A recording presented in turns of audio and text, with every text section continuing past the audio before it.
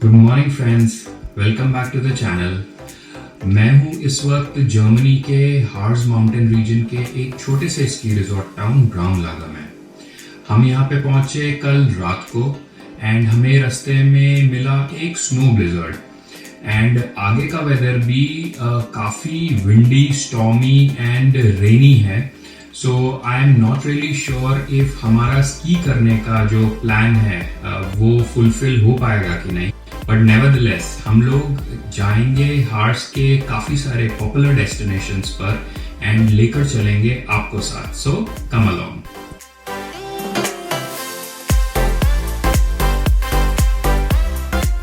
कल रात और आज सुबह थोड़ी सी फ्रेश स्नो गिरी थी यहाँ पर एंड उसका रिजल्ट तो आप देख ही रहे होंगे। विंटर्स में अपनी कार में ice scraper and snow brush रखना बहुत ज़रूरी होता है, बिकॉज अगर आप स्नो प्रोन एरिया में रहते हैं या ट्रैवल करते हैं, ये दो चीज़ आपको फ्रीक्वेंटली यूज़ करनी पड़ेंगी। हमने ब्राउनलागा चूज़ किया दो रीजंस के लिए। एक कि हमें स्की की प्रैक्टिस करनी थी जो हमने अभी अभी सीखी थी, एंड दूसरा हार्ज रीजन बहुत सुंदर है एंड यहाँ बहुत कुछ है करने को, जैसा कि आप आगे भी देखेंगे। ब्राउनलागा की स्लोप्स हैं व्यूरमबर्ग हिल पे, तो हमारा आज का पहला डेस्टिनेशन था the cable car base station, जहां से हमें डिटेल्स लेनी थी हमारी स्की प्रैक्टिस के लिए। बट यहाँ पहुंचकर हमें एक डिसअपॉइंटमेंट मिला, because bad weather and storm के चलते cable cars over the weekend बंद थी। To be honest, we were not prepared for this, because हमने एक दिन पूरा स्की प्रैक्टिस के लिए रखा था एंड अब हमारे पास वो पूरा दिन था, लेकिन हमें ये नहीं मालूम था कि उस दिन का क्या करना है।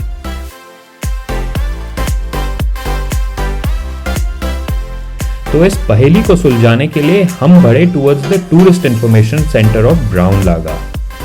यहां से डिटेल्स लेने के बाद हमने फाइनलाइज किए कुछ डेस्टिनेशंस जिन्हें हम इस सीरीज में कवर करेंगे।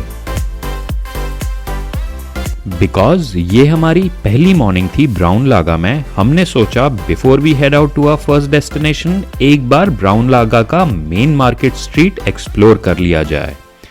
यहाँ के most of the restaurants, cafes, shops, banks सभी इसी स्ट्रीट के दोनों तरफ हैं एंड आपको पार्किंग भी आसानी से मिल जाएगी। अगर आप ब्राउनलागा आते हैं देन आपको ट्राई करना चाहिए कि आपका होटल या B&B इसी स्ट्रीट के आसपास हो, as this is the place जहां सारा एक्शन है। हार्ज रीजन के हर एरिया की अपनी स्पेशलिटी है एंड उसे शोकेस करती हुई आपको कई शॉप्स मिल जाएंगी। ऐसे ही ये है ब्राउनलागा के लोकल स्पेशलिटीज का शॉपिंग मॉल।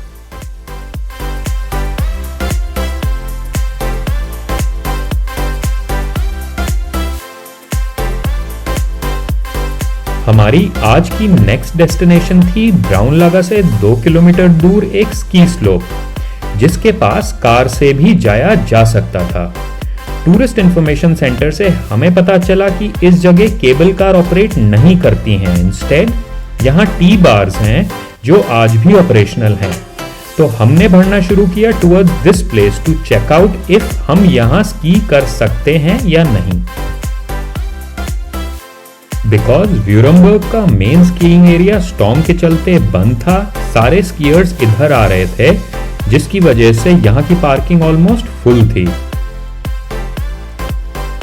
ये भी एक अच्छा स्की एरिया है जहां आफ्टर स्की के डिसेंट ऑप्शंस हैं, एक स्की रेंटल शॉप भी है, स्लोप के ऊपर जाने के लिए chair lift and T bar दोनों ऑप्शंस हैं।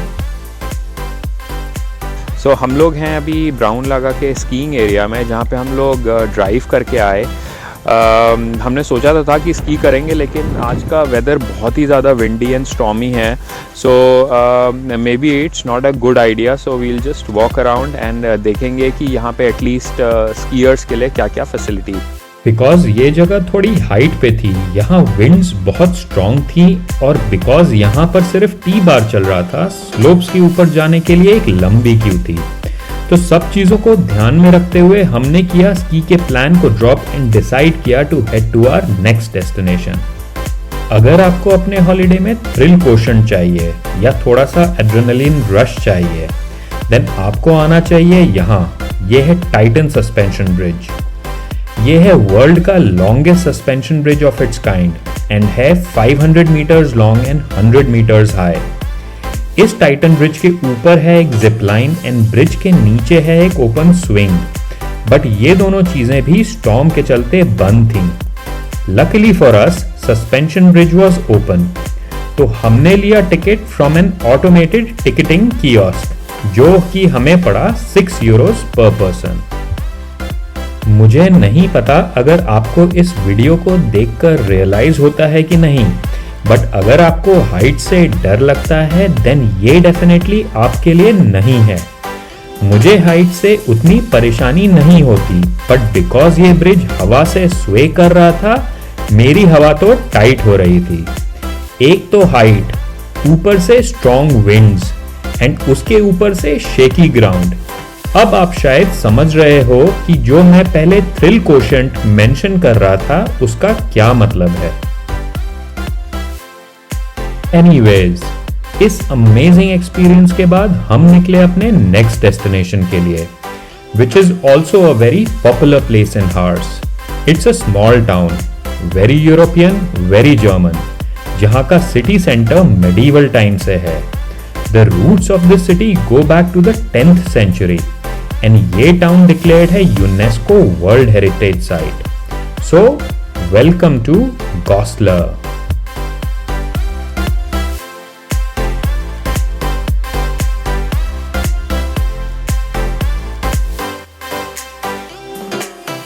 अगर आपने मॉन्शाओ का एपिसोड देखा है and you like that place, जहां के हाफ टिम्बर्ड हाउसेस 300 इयर्स ओल्ड थे, देन गॉस्लर एक टोटली डिफरेंट लेवल पे है। It's much more magnificent and at a much larger scale.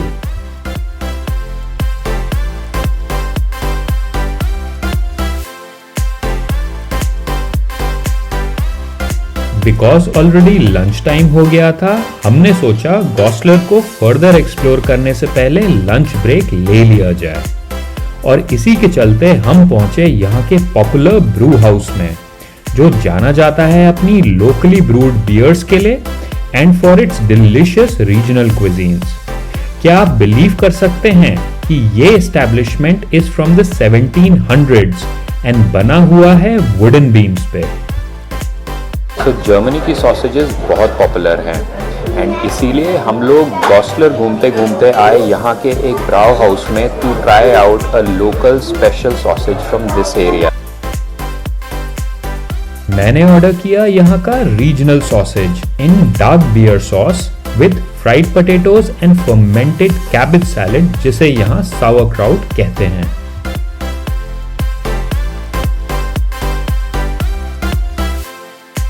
एक हार्टी लंच के बाद हमने शुरू किया गॉस्लर की एलिस को एक्सप्लोर करना, जिनके दोनों तरफ थे these beautiful houses. It was quite literally taking a walk in the history. Walk करते करते we bumped into this Indian restaurant Bombay. Germany के ऑलमोस्ट हर पॉपुलर जगह पर आपको इंडियन रेस्टोरेंट जरूर मिल जाएगा। और घूमते घूमते हम पहुंचे सीमन्स हाउस। ये घर बना था 1692 में एंड जी हाँ, यहाँ रहती थी सीमन्स फैमिली, जिनके एक डिसेंडेंट वेर्नर सीमन्स ने आगे चल के globally active company Simmons found की थी। एंड जायज सी बात है, इसीलिए ये घर है गॉस्लर का मोस्ट फोटोग्राफ्ड हाउस।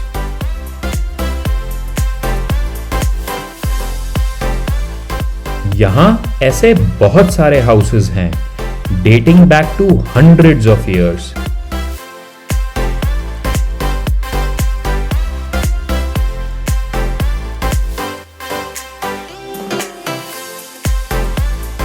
इसके बाद हम पहुंचे यहाँ के चर्च के क्लॉक टावर पे, जिसके ऊपर आप जा सकते हैं to enjoy panoramic bird's eye view of Goslar. ऊपर तक जाने के लिए एंट्री टिकट था 2 यूरोस पर पर्सन, एंड आपको कुछ 200 वुडन स्टेयर्स चढ़नी पड़ती हैं, which is not very difficult. Just before reaching the top, ये जो आप देख रहे हैं is the rustic old tower clock machinery which is quite amazing to look eight.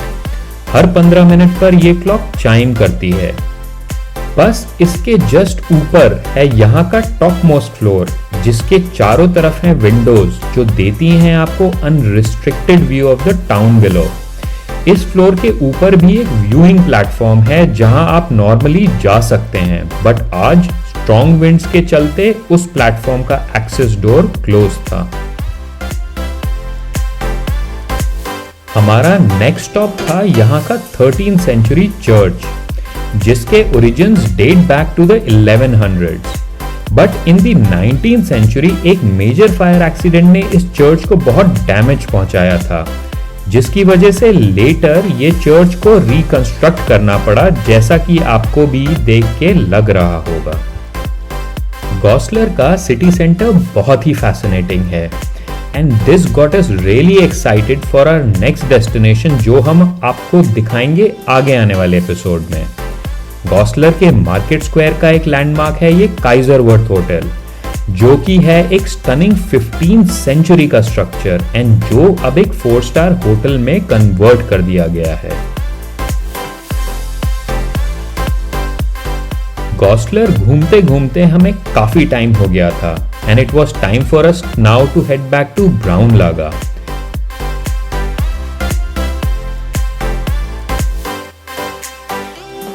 ब्राउनलागा बाकी स्की रिजॉर्ट्स की तरह शाम को काफी लाइवली हो जाता है जब लोग बाहर निकलते हैं खाने पीने के लिए।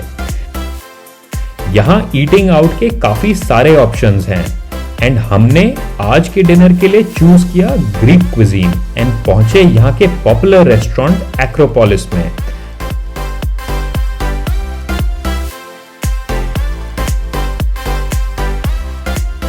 यहाँ मैंने ऑर्डर किया chicken square in garlic sauce with French fries and salad.